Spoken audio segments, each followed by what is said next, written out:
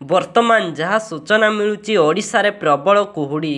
ଆସନ୍ତା 2 ତାରିଖ ଯାଏଁ ରାଜ୍ୟରେ ପାଗ ଶୁଖିଲା। ତେବେ ସୂଚନା ଅନୁସାରେ ରାଜ୍ୟରେ ଶୀତ ସ୍ୱାଭାବିକ ଥିବା ବେଳେ କୁହୁଡ଼ି ଜନଜୀବନକୁ ପ୍ରଭାବିତ କରିଛି। କୁହୁଡ଼ି ଯୋଗୁଁ ଯାନବାହନ ଚଳାଚଳ ପ୍ରଭାବିତ ହେଉଛି। ଅନେକ ସ୍ଥାନରେ ଦୃଶ୍ୟମାନ ଦୂରତା କମି ଦୁର୍ଘଟଣା ଘଟୁଛି। ଆସନ୍ତା 28 ତାରିଖ ସକାଳ ଯାଏଁ 17 ଜିଲ୍ଲାକୁ ଘନ କୁହୁଡ଼ି ନେଇ ହଳଦିଆ ସତର୍କତା ଜାରି ହୋଇଛି।